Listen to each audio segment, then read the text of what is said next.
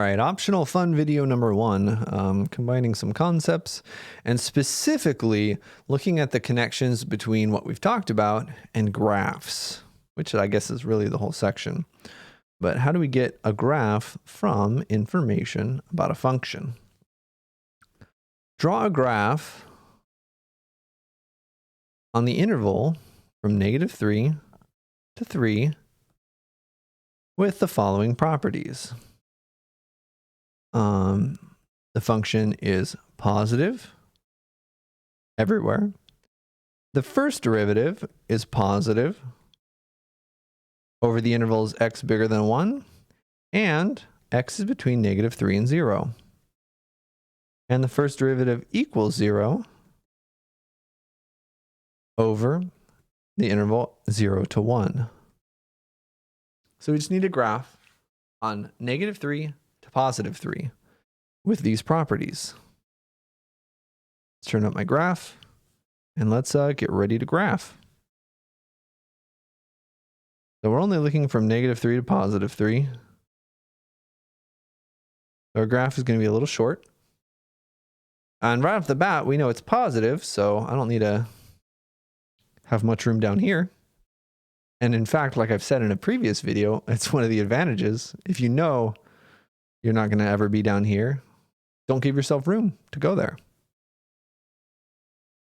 Okay, so when x is bigger than 1, to the right of 1, the function must be increasing. So in this interval over here, it needs to be going up. And from -3 to 0, it should also be going up. This should be going up over here as well. So I'm just making some little notes to myself before I even start graphing. It needs to be increasing in those two intervals. And the derivative needs to equal 0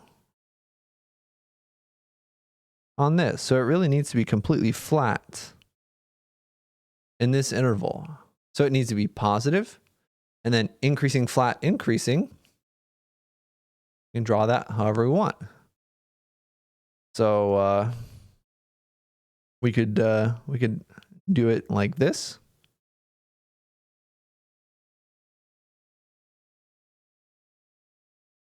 And again, actually, no arrows, right? We just care about -3 to 3. This is one example of an answer. Every time you do one of these problems, after you make your graph, go back and check that you did everything. Is our red function positive? Yes, it is.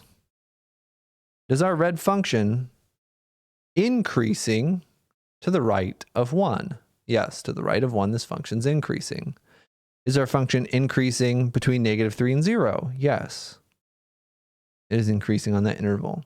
Does our function have a 0 derivative, a horizontal tangent line, no slope, 0 slope, from 0 to 1? Yes, it does. Now our function is not differentiable here, and it's not differentiable here. The slope is different to the left and the right, but that's okay. I didn't say we had to have a differentiable function. We could have done a differentiable function if we wanted, right? We could have said, let's have it be like this. Kind of like that. That would be differentiable with the same properties, as long as I draw it carefully. But I think it's easier to just do it like this.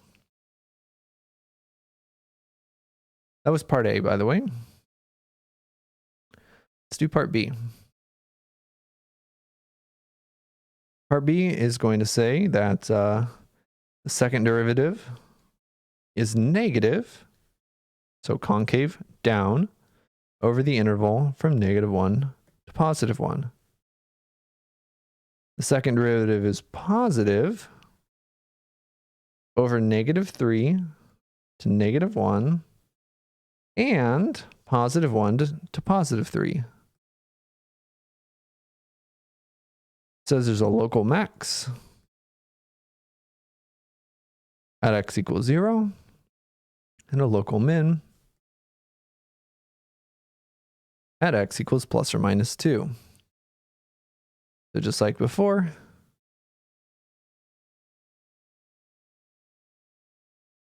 We'll do this. And again, we only care from -3 to +3.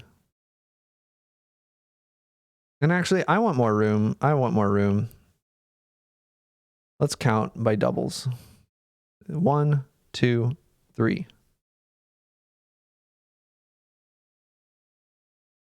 Okay. Just so I don't have to squish things in so much. Whoa, hey, I didn't want all of you to disappear, only a little bit of you. Hey! Having some issues here. Okay, so let's we're gonna do it like we did the last one. I'm gonna make little notes first and then try to connect the dots. So from -1 to +1, it should be kind of concave down, right? -1 to +1, second derivative is negative, should be concave down here. What's the second one? Concave up to the left of -1.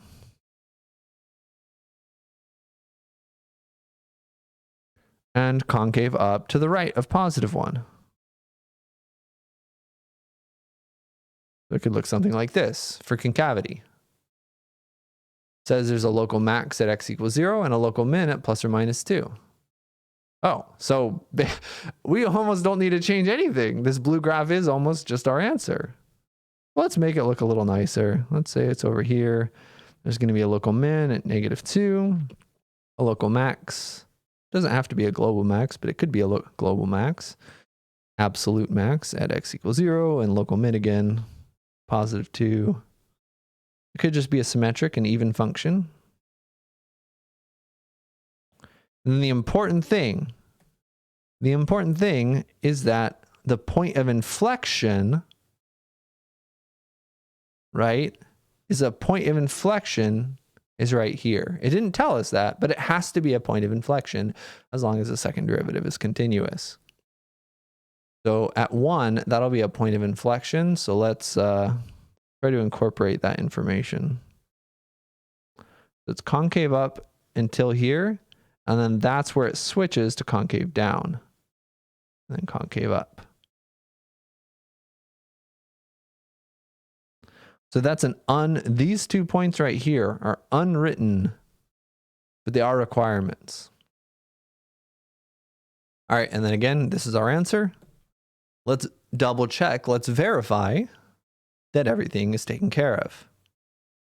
Is our thing concave down from -1 to +1? Is our graph concave down here? Yes, it is. Is it concave up everywhere else? Yes, it is. And yes, it is. Is there a local max when x is equal to 0? Yep. Is there a local min when x is -2 and +2? Yep. This is a valid answer. That's how you approach those ones. I really like those problems. Wink, wink. Hint, hint. I really like those problems. Let's do one more. For f of x equals x plus the sine of 2x on the interval -π/2 to +π/2. Find the following. Oh, that doesn't fit, Jason. Find the intervals where f is increasing and decreasing. Let's put it all together. Part A will do that. Part B will do something else, and then we'll go all the way up to E. Okay. Well, a function is increasing if it's going up from left to right. If the slope is positive. That was the very first video from this section. When is the slope positive? When the derivative is positive. Decreasing. When the derivative is negative, we need to look at the derivative. Well, f prime of x is 1 plus the derivative of, we're going to have to use a chain rule because we know the derivative of sine of x. We don't have a formula for the derivative of the sine of 2x. So we're going to have to use a chain rule. It says derivative of sine is cosine. Leave the inside the same and multiply by the derivative of the inside. 1 plus 2 cosine of 2x. So when is this positive and when is this negative? It's going to be more confusing. So this is a continuous function. This is some function transformations being applied to a cosine function. Cosine's continuous, so function transformations make the resulting function still continuous. The only time that this can switch from positive to negative is when it equals 0. So the only time that this original function can go from increasing to decreasing is when the derivative is equal to 0. So that's what we're going to do. We're basically doing the first derivative test here to find where it's increasing and where it's decreasing. This will be defined everywhere, so critical points are just when the derivative equals 0. So set it equal to 0, which is a kind of a fun problem to solve. Really might stretch your trig a little bit here. To solve this equation, subtract 1 from both sides. To get the cosine, get a single trig function by itself. Cosine of 2x equals negative 1/2. And again, x is only in the interval from negative pi over 2 to positive pi over 2. Now this is a difficult equation to solve. But if we use a trig substitution, it becomes a little easier. Let's just say 2x is some angle. 2x is some angle, let's call it theta. So if x is between negative pi over 2 and positive pi over 2, where's our new domain restriction for theta? Well, theta is 2 times x. So if the biggest x can be is pi over 2, theta can be double that. Theta is going from negative pi to pi. And now we can solve this blue equation instead, which is not easy, but it's easier.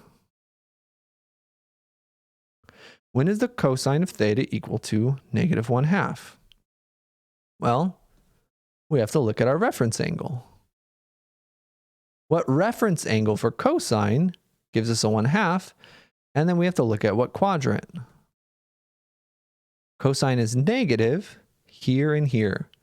So we'll have to find that reference angle and then find the angles in those quadrants in our domain.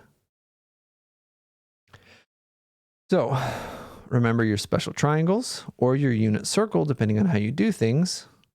30, 60, 90 triangle, it's going to be pi over 6. It's going to be pi over 3. Is that angle? And our triangle looks like this. When is the cosine equal to 1/2? Reference angle is going to be pi over 3. I'm not going to teach this because this is a prerequisite, but I will talk through it a little bit. Let me know if you do want more resources for solving trigonometric equations. We have one answer. It's going to be this angle right here, a reference angle of pi over 3 in the second quadrant, because it has to be negative. And our other answer is going to have a terminal side right here. We need both of these answers in the interval from negative pi to positive pi. So it'll be this positive angle and this negative angle. This positive one is 90 degrees plus another 30 degrees. It's 120 degrees. It's pi minus pi over 3 is another way of looking about it. Either way, you should get that it's 2 pi over 3. The bottom one is negative pi. Well, it's just the negative version of that angle. Negative 2 pi over 3. And again, there's a lot of ways of getting these, and there's a lot of ways to express your answers. But what's important is that our two answers, are these all of the answers in this interval from negative pi to positive pi? And they are. So again, we don't want our answer for theta, we want our answers for x. And theta is 2x. And again, just as a reminder, x is the interval. X is in the interval negative pi over 2 to positive pi over 2, so we should really make sure that our answer is in that interval. So if theta is equal to 2x, that's another way of saying x is half of theta. So x is going to be pi over 3 and negative pi over 3, 60 degrees and negative 60 degrees, which are indeed between negative 90 and positive 90 degrees. So they are in the interval. That's where the sign of the derivative changes. That's the first part in solving the first part of this question. What were we actually doing? We're trying to find the intervals where the function's increasing and decreasing. We found where the derivative equals 0. So we're looking from negative pi over 2 to positive pi over 2. And it changes at 60 degrees and negative 60 degrees. So just like before, let's look at the sign of the derivative. And let's connect it to whether it's increasing or decreasing. Because it's continuous and these are the only points where the derivative equals 0, everything in this chunk will be the same sign. Everything in this chunk will be the same sign. Everything in this chunk of the interval will be the same sign. We can just plug in some points in those intervals. And this is where the radians don't really help us that much. We need something in this interval. What's between negative pi over 3 and negative pi over 2? It's kind of hard to pick a nice number. But honestly, one of the ways that you can do that is just look at these. Look at these values. All right, what is negative pi over 2? What is negative pi over 3? Just pick a number in that interval. It doesn't have to have pi's in it. We could pick negative 1.2. Negative 1.2 is in that interval. Okay, so let's look. What is the derivative of the function at negative 1.2? You can use a calculator. Make sure you're using radians. Again, the derivative is 1 plus 2 cosine 2x.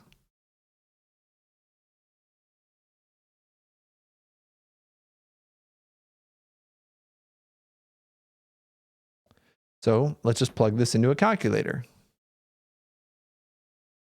What's 1 plus 2 times cosine of 2 times x? In this case, negative 1.2. And again, the value doesn't matter to us. What matters is that positive or is that negative? And it's negative. So in this interval, in this entire interval,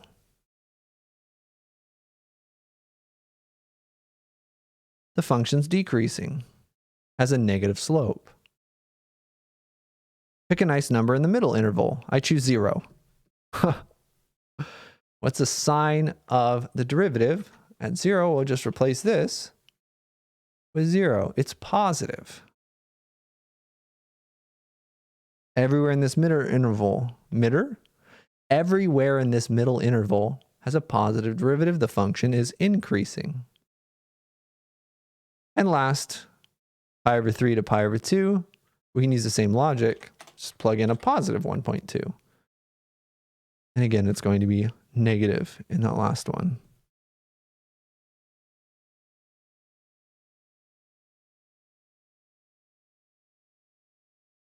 So this is a lot of work, but don't worry, we finished a lot of work for other stuff too. All right. This is a lot of work, but we finally answered part A. Let's write our answer using this table. So f is decreasing on the interval negative pi over 2 to negative pi over 3. So negative pi over 2 is included because the problem included it. Negative pi over 3 is not included because the derivative is 0 here. So it's not actually decreasing at negative pi over 3. The derivative at pi over 3 is 0. At negative pi over 3 is 0. And it's also decreasing on the interval from pi over 3 to pi over 2. F is increasing on the other part. interval from negative pi over 3 to positive pi over 3. That is our answer to part A. I want to go back to these later. Let's box all of our answers in gold, not yellow, gold. You always, yellow and gold in terms of colors are often intermixed, but if you want something to sound fancier, say it's gold. All right. Any color purists are probably pretty upset with me for saying that, but realistically, a lot of times those two things are conflated. All right, part B. Find the local extrema. Well, we basically already did. We've already done part B. To find the local extrema, you find the critical points and then use either the first derivative test or the second derivative test. Well, we found the x coordinates, other critical points. So all we need to find the critical points is just find the y coordinates. All right. Because we know at negative pi over 3, there's a local minimum. We know at positive pi over 3, there's a local max, increasing to decreasing. So that's it. Local min of something at x equals negative pi over 3, right? First derivative test. And local max of something at x equals positive pi over 3.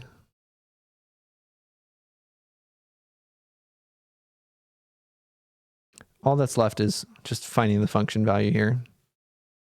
Remember the function value was function was f of x equals x plus sine of 2x. So f of negative pi over 3 is negative pi over 3 plus the sine of 2 pi over 3. Sine of 2 pi over 3 is positive in the second quadrant. And it's positive in the second quadrant. Reference angle is 60 degrees, root 3 over 2.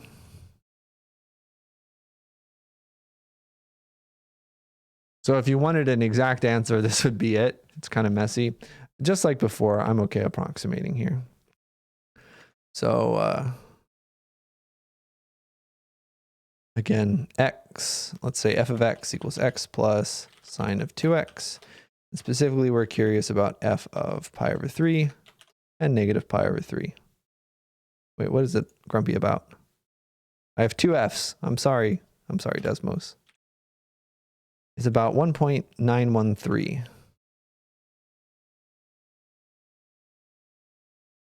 And we plug in negative pi over 3. It's negative 1.93.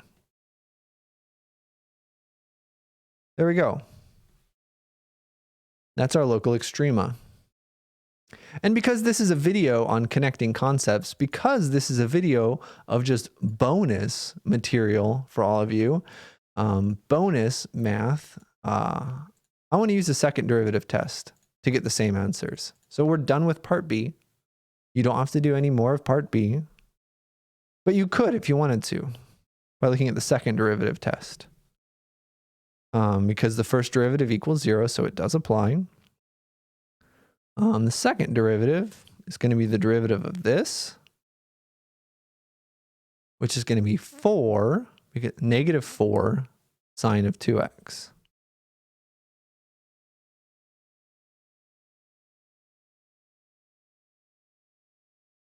Again, the reason why is because the first derivative is 1 plus 1 plus 2 cosine of 2x. So take the derivative again. We have to use the chain rule again because we know the cosine of x, but we don't know the cosine of 2x. So we have negative 2 sine of 2x times 2. And we can combine them. So specifically, what is the second derivative at negative pi over 3? Well, you can plug it in. Let's use a calculator, or you can do it by hand actually too. It's not too bad. It's not too bad to do this by hand. -4 times the sine of 2 times -pi/3. I typed it in correctly, right? -4 sine of 2x. Yeah, it's positive. Concave up should be a local minimum right here. The second derivative at pi/3. Again, plug in a positive pi/3 is negative. Concave down right here. It's going to be a local max at pi/3. And again, this is where we can really do a comparison between the two derivative tests, the first derivative test and the second derivative test. This is all the work required for the second derivative test. 3 lines. Not too bad, because the derivative wasn't too bad as long as you're comfortable with the chain rule. The first derivative test, again, both tests require us to get here. So the first derivative test required us to do all of this. So do you like the chart and plugging things in? Right, sorry, all of this is what the first derivative test took.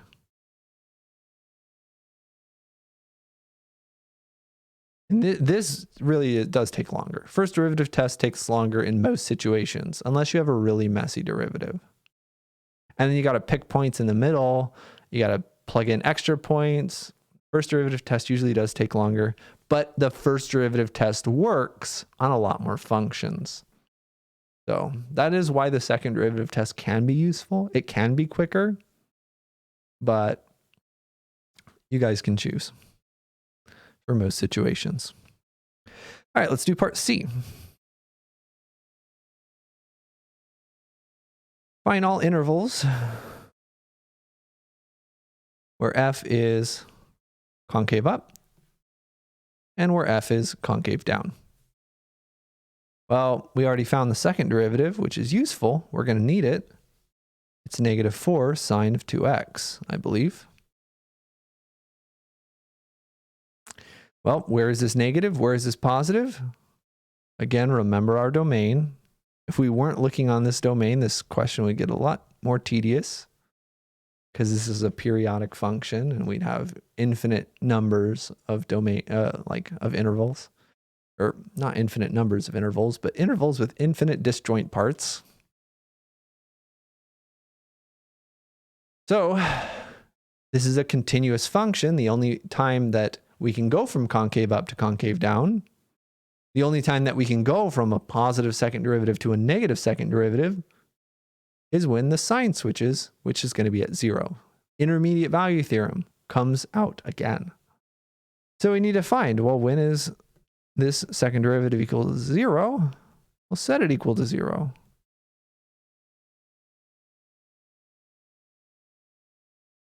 And we get to solve another fun one. So we divide both sides by -4. And just like before, solving this on this interval is the same as saying, well, let's do this blue thing where theta is 2x. And solving this one. This blue one is usually simpler to do. If theta is 2x, blue and white are the same. So you can't use reference triangles here. This is going to be those quadrantal angles. You're going to use the unit circle. Sine on the unit circle is the y-coordinate. So on the unit circle, what parts of this circle have a y-coordinate of 0?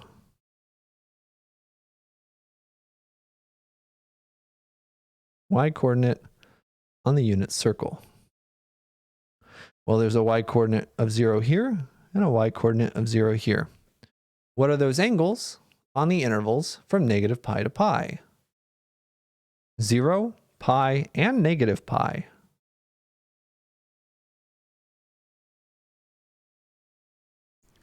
So again, x is just theta over 2.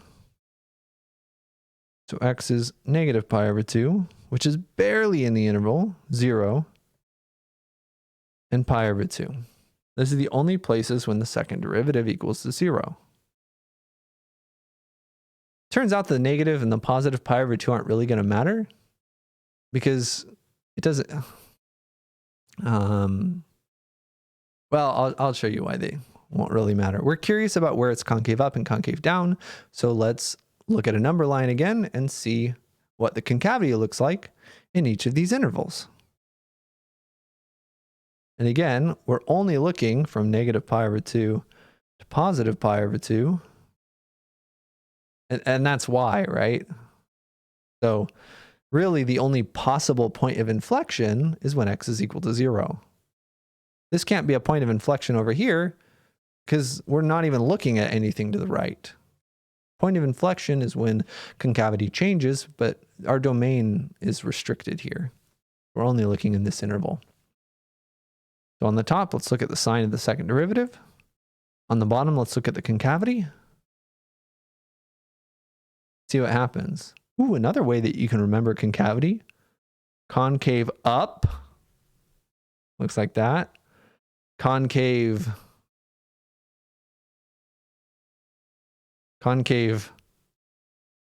down. Looks like this. Wait, hold on. I have a better way of doing this. This is how you can remember it. Concave up or concave down. That's a terrible way. That'll never work. We need to look at the derivative and second derivative in these intervals. So find something in those intervals. Again, you could choose negative pi over 4 to be something in that first interval. Or you could just plug in like negative 0.01 or something like that. What's the second derivative? Right here. Second derivative is negative 4 times sine 2 of that. So at pi over 4, second derivative is negative 4. Specifically, the second derivative is negative. Means it's concave down here. We already knew that. We already knew it was concave down over here from when we were using the second derivative test. Wait, we knew that it was concave up. Negative pi over 4, the second derivative here. Oh, I plugged in positive pi over 4. We knew the second derivative was positive. Woo. And then we can also, just like before, plug something in over here. And we know this is the one that I tried to type in. We know the second derivative is negative. Over here, it's concave down. So we did already know before. So we're going to answer again. It's going to be concave up, or CCU, on the interval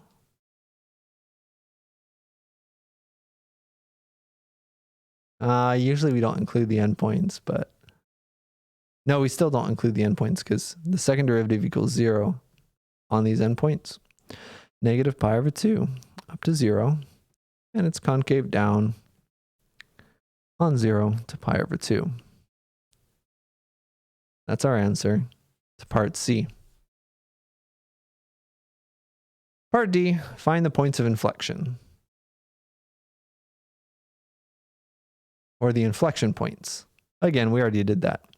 Inflection point is just where the concavity changes from positive to negative, as long as the second derivative is continuous, which it is here. So, yep. Inflection point at 0, comma something.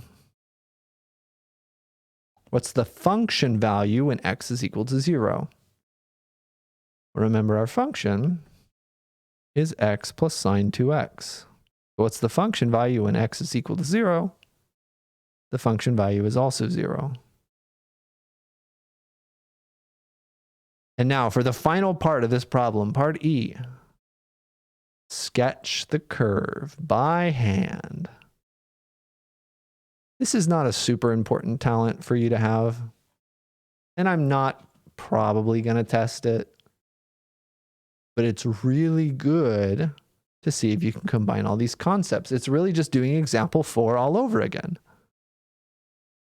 All right. Let's do this by hand and see if we get something similar. All right, we're only looking from pi over 2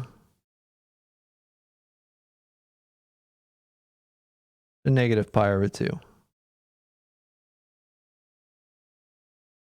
Let's incorporate what we know about this function. So what do we know about this function? Let's go all the way back to part A.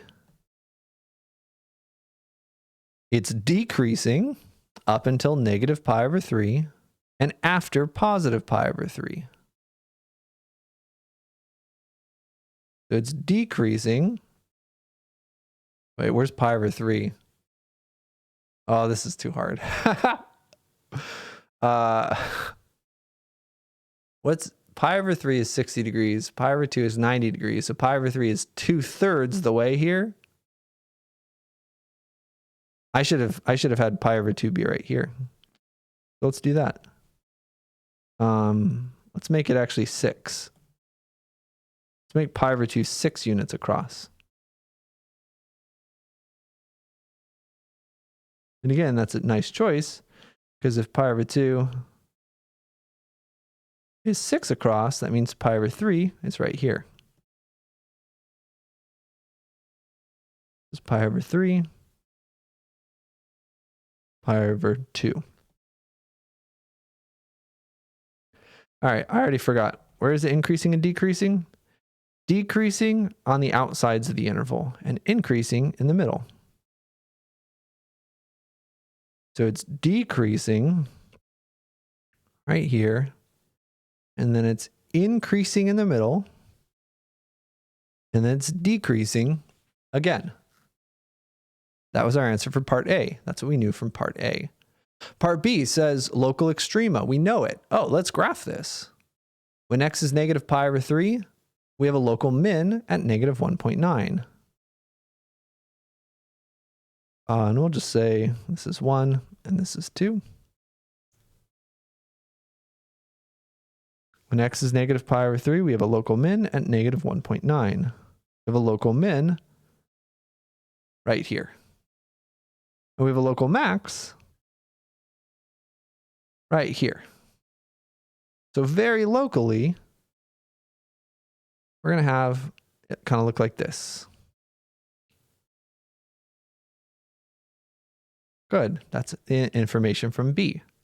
Information from C, it's going to be concave up on the left of 0, concave down on the right. It's going to be concave down on this whole interval. It's going to be concave up on this whole interval. So specifically, we're going to have a point of inflection.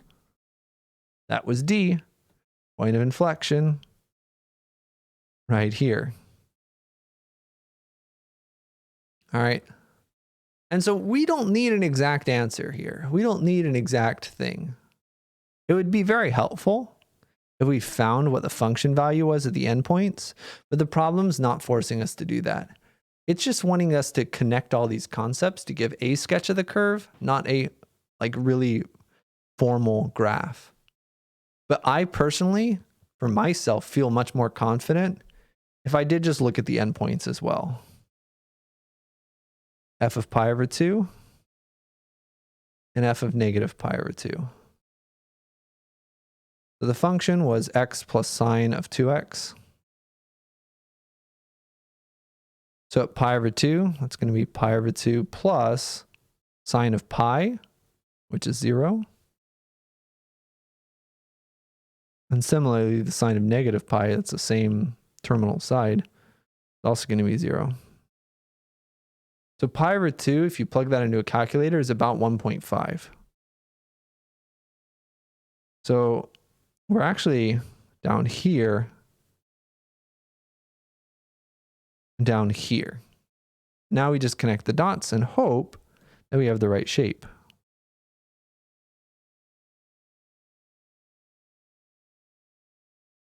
So this is our guess. And before finishing, let's make sure that this incorporates everything. Decreasing on this interval, we got that. Increasing on this interval, we got that. Decreasing on this interval, got that. Concave up here, yep. Concave down here, yep. Local extrema are correct. Points of inflection are correct. This is our sketch. This is not the graph. We check our answer, it'll look a little different, but this is a good answer for a sketch of the graph incorporating the information that we do know. Now we check our answer and we see how we do. So this is the pink graph. It's kind of hard to compare our pink graph and their pink graph with the scale. So go over here to the wrench and let's have the same scale. Let's go from negative pi over 2 to positive pi over 2. And you can sketch the step if you want. And the y-axis, we really just went from negative 2 to positive 2.